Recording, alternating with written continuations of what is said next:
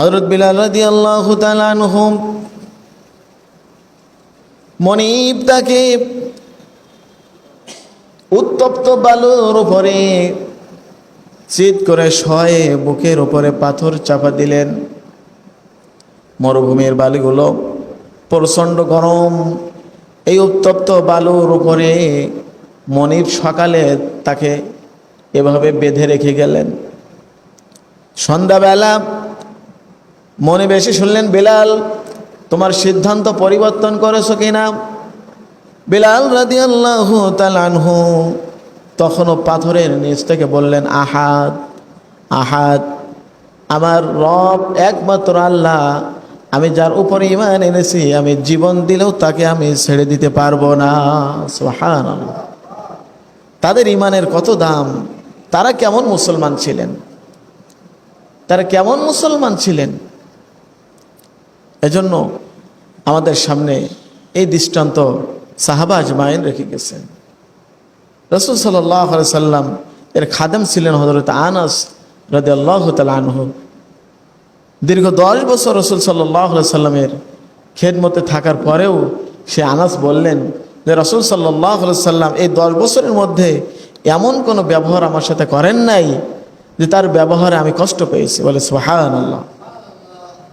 রাসূল সাল্লাল্লাহু আলাইহি সাল্লাম এভাবে তিনি সাহাবাদেরকে শিখিয়েছেন। আল মুসলিমু মান সালামাল মুসলিমুনা মিন লিসানিহি ওয়া ইয়াদিহি, প্রকৃত মুসলমান হবে ওই ব্যক্তি যার জবান থেকে অন্য মুসলমান নিরাপদ থাকবে। জবানের দ্বারা অন্য মুসলমান কষ্ট পাবে না, হাতের দ্বারা কিন্তু অন্য মুসলমান কষ্ট পাবে না। রাসূল সাল্লাল্লাহু আলাইহি সাল্লাম এবং আবু বকর সিদ্দিক রাদিয়াল্লাহু তাআলা আনহু একই জায়গায় বসে আছেন। হঠাৎ করে একজন বেদুইন সেখানে চলে আসলো। আসার পরে আবু বকর রাদিয়াল্লাহু তাআলা আনহুর সাথে কথোপকথন করতেন, কথা বলতেছেন। কথার একটি পর্যায়ে বেদুইন হযরত আবু বকর রাদিয়াল্লাহু তাআলা আনহুকে বিভিন্ন ভাষায় গালিগালাজ করতেছেন। রাসূল সাল্লাল্লাহু আলাইহি সাল্লাম কিছু বলতেছেন না, আবু বকর রাদিয়াল্লাহু তাআলা আনহু তিনিও কিছু বলতেছেন না, তিনি চুপ করে আছেন। কিছুক্ষণ পরে হযরত আবু বকর রাদিয়াল্লাহু তাআলা আনহু তিনি যখন একটি কথার উত্তর দিলেন, রাসূল সাল্লাল্লাহু আলাইহি সাল্লামের মুখখানা মলিন হয়ে গেল। নবীজি উঠে চলে গেলেন। আবু বকর বললেন, এতক্ষণ পর্যন্ত বেদুইন আমাকে গালি দিল, আমাকে বিভিন্ন ভাষায় সে কথা বলল, কিন্তু নবীজি সাল্লাল্লাহু আলাইহি সাল্লাম কিছু বললেন না। আমি যে একটি কথার জবাব দিলাম সাথে সাথে নবীজি চলে গেলেন, বিষয়টা তো বুঝলাম না। আবু বকর সিদ্দিক রাদিয়াল্লাহু তাআলা আনহু তিনি নবীজির পিছনে পিছনে যাইতে লাগলেন। কিছু দূর যেয়ে বললেন, ইয়া রাসূলুল্লাহি, বেদুইন যখন আমাকে গালি দিচ্ছিল আপনি তো কিছু বললেন না, আমি যখন একটি কথার জবাব দিলাম তখন আপনি চলে গেলেন, বিষয়টা বুঝলাম না। নবীজি বললেন, আবু বকর তুমি যখন চুপ করেছিলে বেদুইন তোমাকে গালি দিচ্ছিল, আমি লক্ষ্য করেছিলাম তোমার পক্ষ থেকে ফেরেশতারা বেদুইনের প্রত্যেকটি কথার জবাব দিচ্ছিল।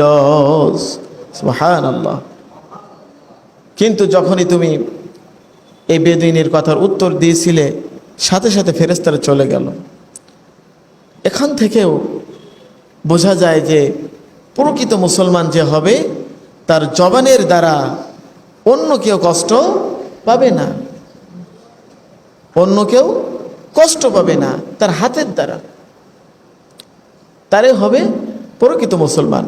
আর মুসলমান না হয়ে যদি ইন্তেকাল হয় তাহলে কবরের ভিতরে কিন্তু শান্তি পাওয়া যাবে না।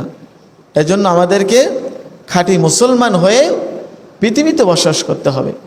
নবীজি সাল্লাল্লাহু আলাইহি সাল্লাম বলেছেন, তুহশারুনা কামা তামুতুনা ওয়া তামুতুনা কামা তাহইয়ুন, তোমার হাসর তেমন হবে যেমন তোমার মউত হবে, তোমার ইন্তেকাল হবে, আর তোমার মাউত তেমনই হবে যেমন তোমার জিন্দেগি হবে।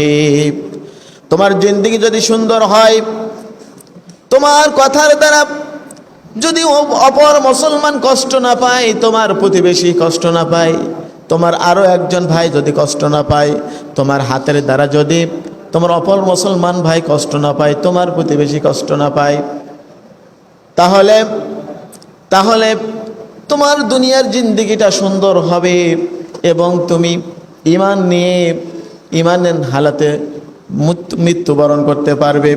আর যদি ঈমান নিয়ে তোমার মৃত্যু হয়ে যায়, ময়দানে মহাশরে তোমার জন্য জান্নাত অবধারিত হয়ে যাবে। বলেন সুবহানাল্লাহ। তুহশারুনা কামা তামুতুনা ওয়া তামুতুনা কামা তাহইউন। এজন্য প্রকৃত মুসলমান যে হবে, মুসলমানের প্রত্যেকটি কথা, আচার আচরণ মুসলমানের মতো হতে হবে, তার লেনদেনগুলো মুসলমানের মতো হতে হবে, আল্লাহর বিধান মতো, আল্লাহর নির্দেশ মতো তার কথাগুলো হবে, তার লেনদেন হবে, পারস্পরিক সম্পর্ক হবে। তার কথার দ্বারা কোনো মুসলমান যেন কষ্ট না পায়, কোনো ব্যক্তি যেন তার ব্যবহারে কষ্ট না পায়, হাতের দ্বারা যেন কষ্ট না পায়, কেউ যেন তার থেকে জুলুমের শিকার না হয়। এমনিভাবে লোকটি যখন চলতে পারবে এবং সদা সর্বদা সে মনে করবে আমি হলাম আল্লাহর গোলাম, এই পৃথিবীতে চিরকাল থাকতে পারবো না, পৃথিবী থেকে একদিন আমাকে চলে যেতে হবে।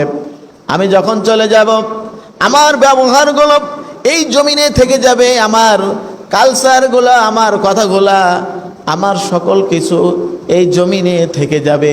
আমি যখন চলে যাব, আমি যেন হাসতে হাসতে চলে যেতে পারি, এইভাবে সে জীবন যাপন করবে।